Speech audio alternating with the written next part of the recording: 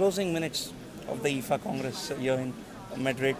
Third Congress with Porus Kaka as the president, and another spectacular, glitzy, riveting technical discussion-filled Congress. A success on every count, Porus. 2,200 delegates, I think, highest in the last 4 years. You should be very happy.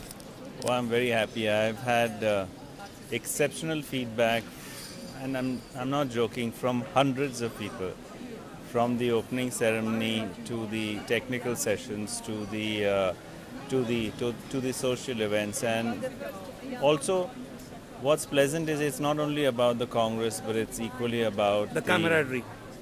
It's equally about the organization, equally about IFA, how it has grown, how it has changed, how many activities it has. So I am extremely pleased, a bit tired but very pleased. It's become like a habit, attending this conference for all the people who come here. You almost see maybe 1,800 or 2,000 of the 2,200 year after year who would not miss a Congress. There are so many who have not missed a Congress for 20, 25 years. But that's what IFA is about. I think you really get the benefits of IFA when you attend your third and fourth Congress, because you not only develop, you not only get a knowledge of the scientific subjects, but you develop the relationships that you require in today's world. It's our fourth Congress, Porus. Exactly. So I think the benefits really start to kick in now. I mean, you yourself said you meet the same friends, and the fact that you meet them repeatedly and just the connections enhances grow strong. And the connections grow strong. Absolutely. Absolutely. Congratulations on a great Congress.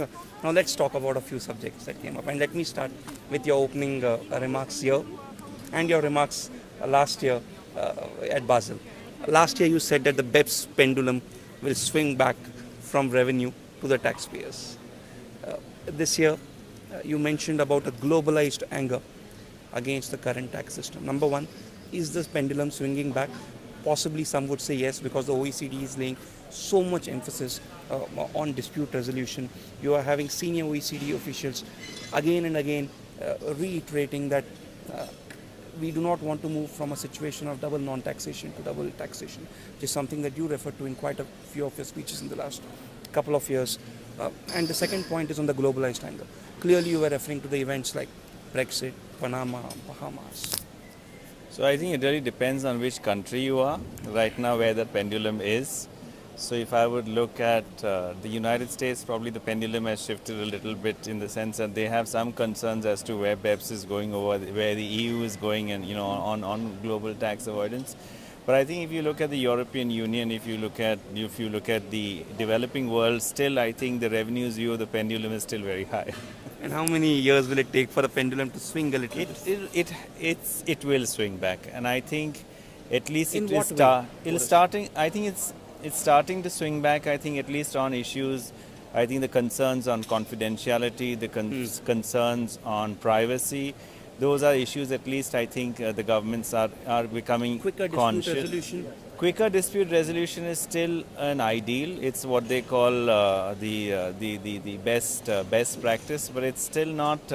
It's not in any implementable form. What I want to see is the countries that have not given statistics right now into the MAP process. They are required to give, and those peer reviews, how they happen, will make it interesting, because I think nothing like a mirror to look at yourself. Let's try to connect the dots, and we may be off the mark. When you look at the EU ruling in Apple,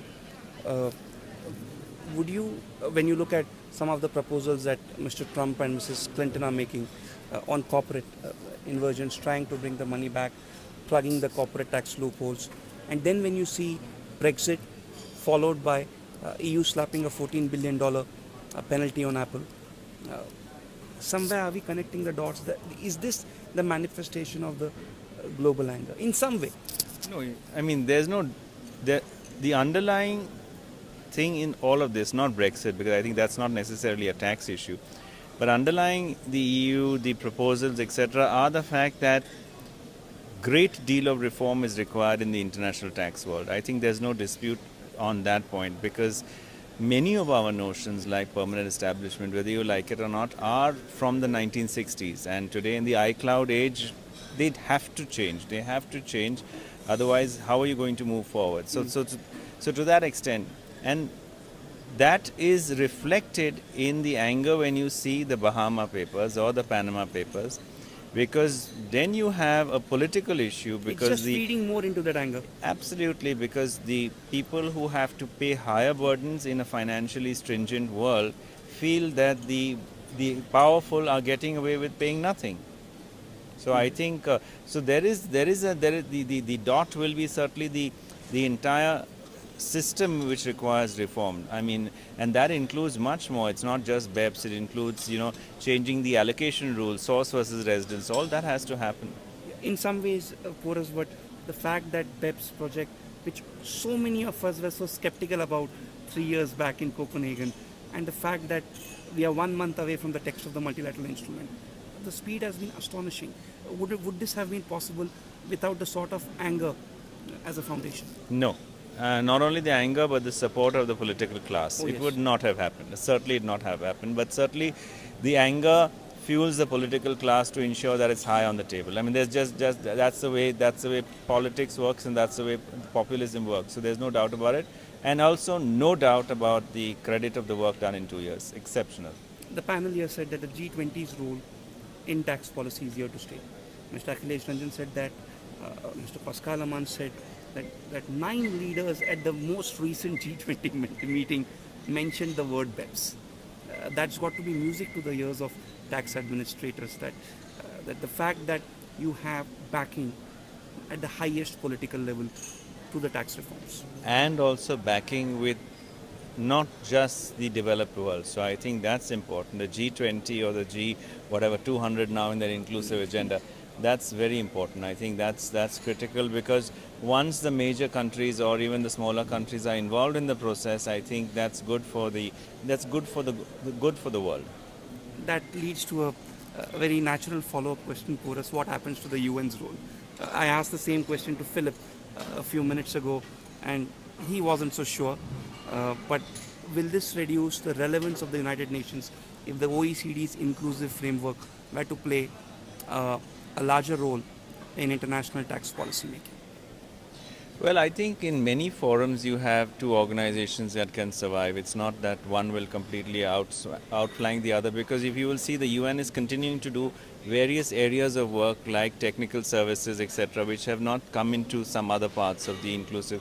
So I think that there will be a role for the United Nations. I don't think, but really I think the issue of funds, the capability of growing, that's where the UN has to look at. Two burning issues. Number one, the EU Apple ruling. You mentioned in your opening remarks for us, you had a video which had everyone smiling, but the message I'm sure was serious on Star Wars and tax wars. You really think this will lead to a tax war? Well, the tax war is there. I mean, the ruling is there. US's view is public. So, I mean, I don't think that the battle is there. But the point is that can it be contained at, you know, this small issue?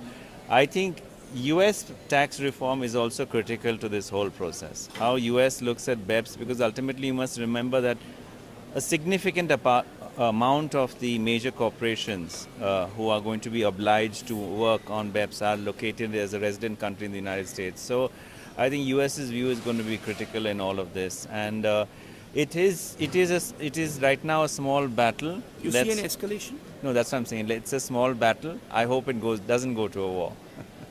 For us on the multilateral instrument, we are expecting a text in the next 1 month.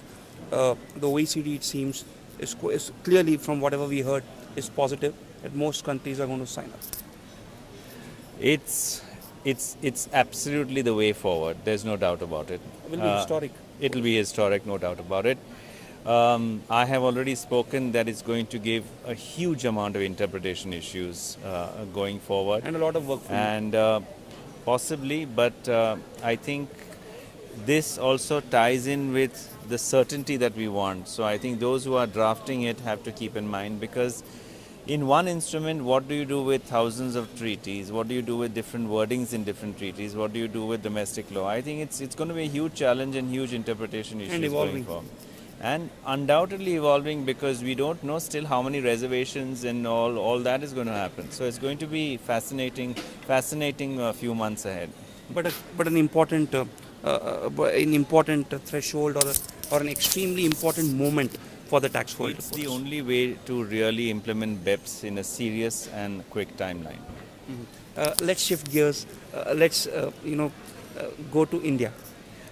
3 years back, you made a passionate plea on what are the 4 or 5 things that need to be done to usher in a non-adversarial tax regime. The new government, not new anymore, they are halfway through their 5-year term, made it one of their mission statements to end tax terrorism. A lot of steps have been taken, a lot of CBDT circulars, new tax policy initiatives like POEM, FTC, CBC, GAR, so many of things, but GST has been ushered in. The overarching theme seems to be we want to be friendly with the taxpayer. He's not an adversary. You think that message has been driven home and has been well received? You think we made progress in the last 2 years, Porus? Well, just taking one part of your thing, I have never seen the CBDT so proactive in issuing clarifications, guidance, or accepting judgments which they see as correct or laying down the correct principle in the last 2 years, for the last 20 years.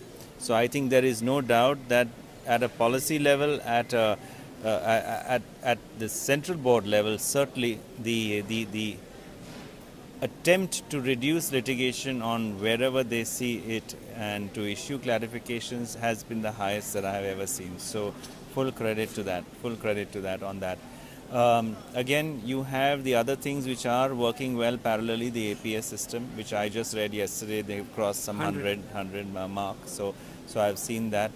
I have seen MAP work personally in some of the matters that were pending for decades. I have seen them working, and significant resolution on those issues. So there is a mindset change now.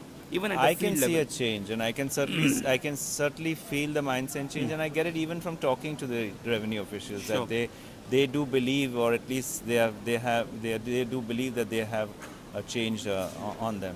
One of the most important cog in the wheel is the judiciary. You have several thousand tax cases pending in the high courts, in the Supreme Court. A lot of effort is being made. You still have a dedicated tax bench at the Supreme Court which is hearing cases, but the pendency is massive, Porus. What would be your message to the judiciary? More judges. Quickly get more judges. That's the only answer. I have always had that view that the judges who are there are doing an exceptional job, and I think we are extremely proud of what the judiciary has done, and this is done globally at an international level. We have gone from 0 to literally 100 on international tax issues and international tax jurisprudence, and we have a relatively good name, and that's for the judiciary. But they are overwhelmed. We just need more judges. And they need more. They need to be more equipped in the era that we are living in. BEPS may still be a little bit of a foreign word to many of the, especially judges in the Asian subcontinent. They also need to be quickly geared up and trained for us. I'm not in favor of the so-called expert specialist judges. I understand. I don't believe that. I believe a good judge who has two good counsel in front of him can do an equally good job whether he comes from a criminal background or a civil background, and are not necessarily a BEPS background. Porus, it's a question we've been asking many. I'm putting this to you as well as the last question. In 12 months' time at Rio Congress, what will we be discussing? Well, BEPS. That's both the main subjects, the future of transfer pricing and BEPS where we are. So Rio is really the first time where the main subjects of the Congress are going to look at these issues. Thanks so much, Porus, for your time. Thank you so much. Thank you. And congratulations again on a successful Congress. Thank you.